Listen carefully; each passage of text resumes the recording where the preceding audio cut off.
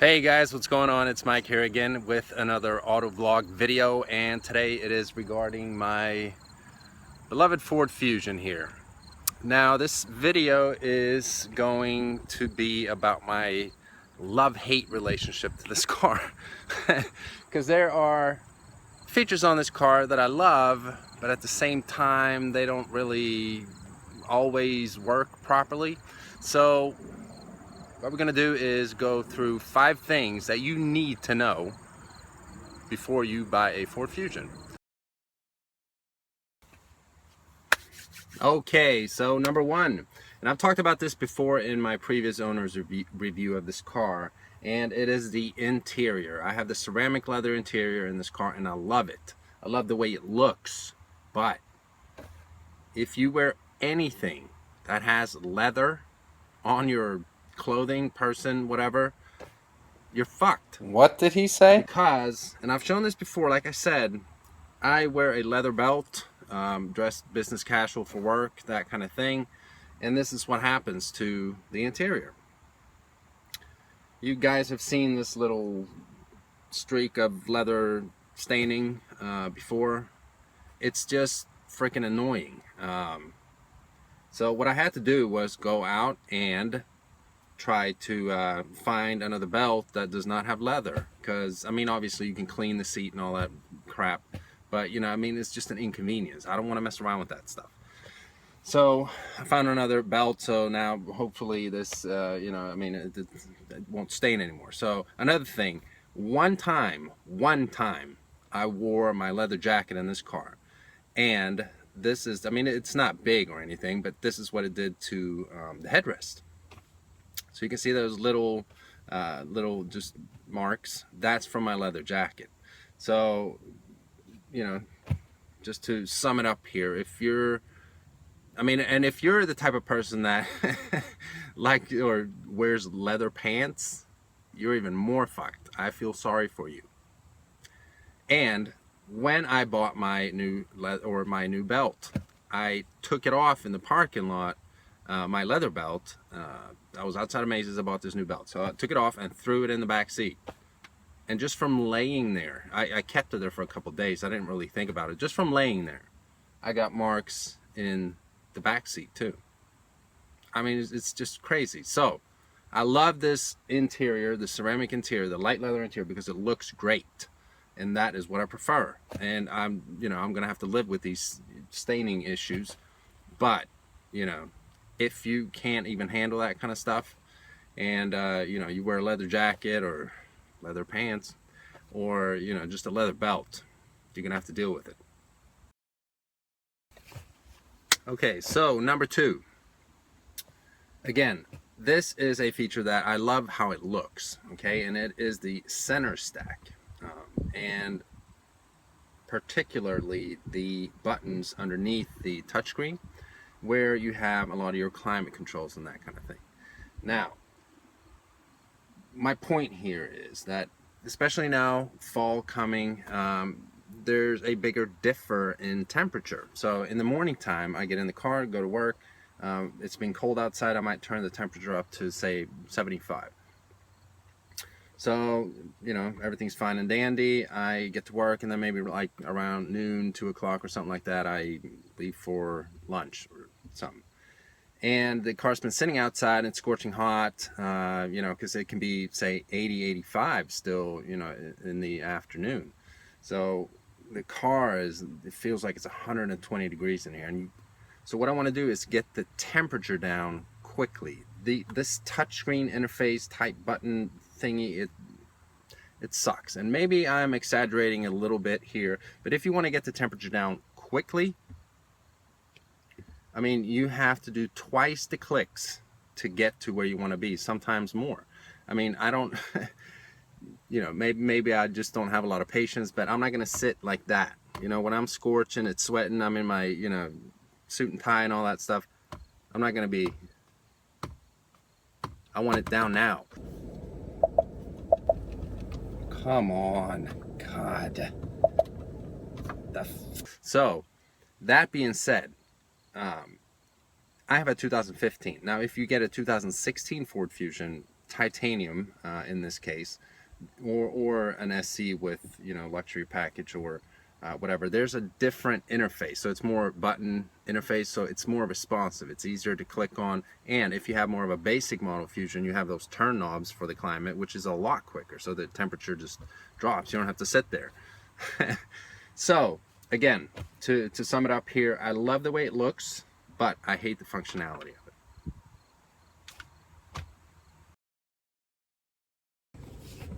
Okay, so number 3, and again, it pertains to the center stack, and this time it is the touchscreen, and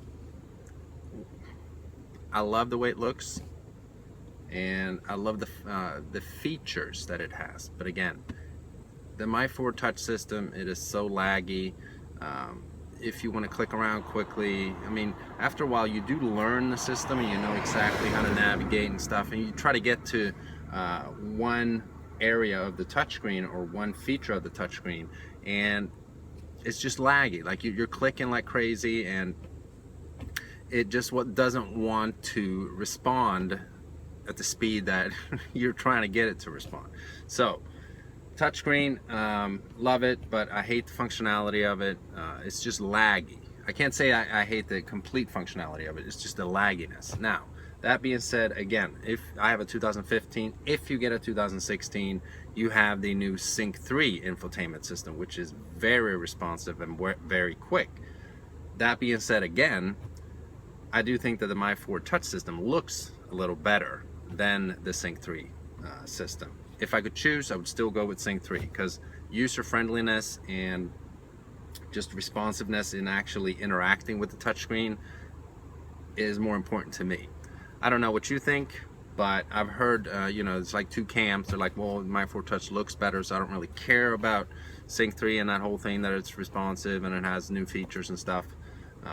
But I'm on the side where, you know, user friendliness goes over everything, even the way that it looks.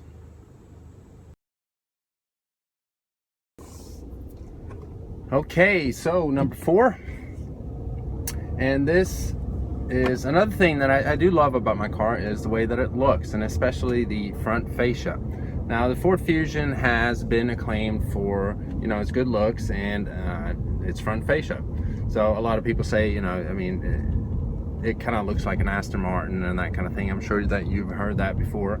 Now, for some odd reason, Ford will not give the Ford Fusion either HID headlights or LED daytime running lights. Now, I mean, if you look at a lot of the other competitors in the midsize sedan segment, like the Kia Optima and the, you know, I think the Kia Optima, I'm not sure, but at least the Hyundai Sonata and, you know, the Nissans and all that, they have it. And if you look at the Ford lineup, like the Escape has it, the Explorer has it, the Edge has it, and even the Ford Focus has it now. So that's just one thing that is just annoying, and it's weird. Like I've researched and, you know, read on forums and that kind of thing, and I've yet to find an intelligent answer to this question. Like, why can't they have at least LED daytime running lights? The Fusion version in Europe is called the Ford Mondeo. So I mean, you can just Google pictures of a Ford Mondeo with LED daytime running lights and see what it looks like. I mean, it is a classy, just looks very nice. But here in America, for some odd reason, no daytime LED running lights or HID headlights. Number 5, last but not least, is the gas mileage. So what I do love about my car is that if you're driving on the highway, you do actually get the 31 miles per gallon that Ford claims that it should get on the highway, and I can vouch for that. It is true. But now Ford says that the official numbers are 21 miles per gallon in the city, 25 on average, and 31 highway. So, and that is with a 2.0 Ecoboost engine and all-wheel drive, which I have. So if you don't have all-wheel drive, it bumps it up to, I think, 22 or 23 city and 26 on average and 33 highway. So anyhow, I challenge any Ford Fusion owner with the same engine that I have, if you get the 21 miles per gallon in the city, please send me proof. It is impossible. If I were to drive downtown or just drive around like I'm doing here and reset the fuel meter here, I mean, I'm lucky if I get 17. I mean, city driving in this car is just bad. It's horrible. I mean, you're not going to get what Ford states you should get.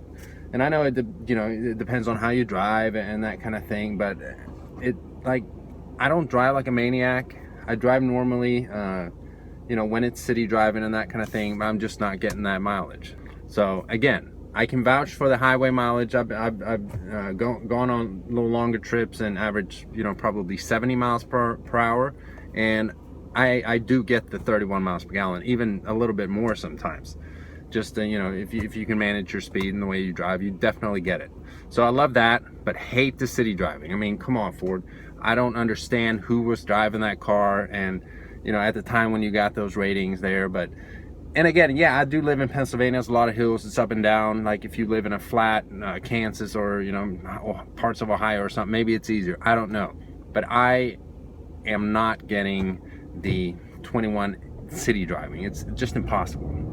Okay guys, thanks so much for stopping by and checking out this video. What do you think? And any Ford Fusion owner, please give me your input. What is your experience of owning this car? When it pertains to the gas mileage, obviously with the same engine and that kind of thing, but the other features that I talked about, what do you think?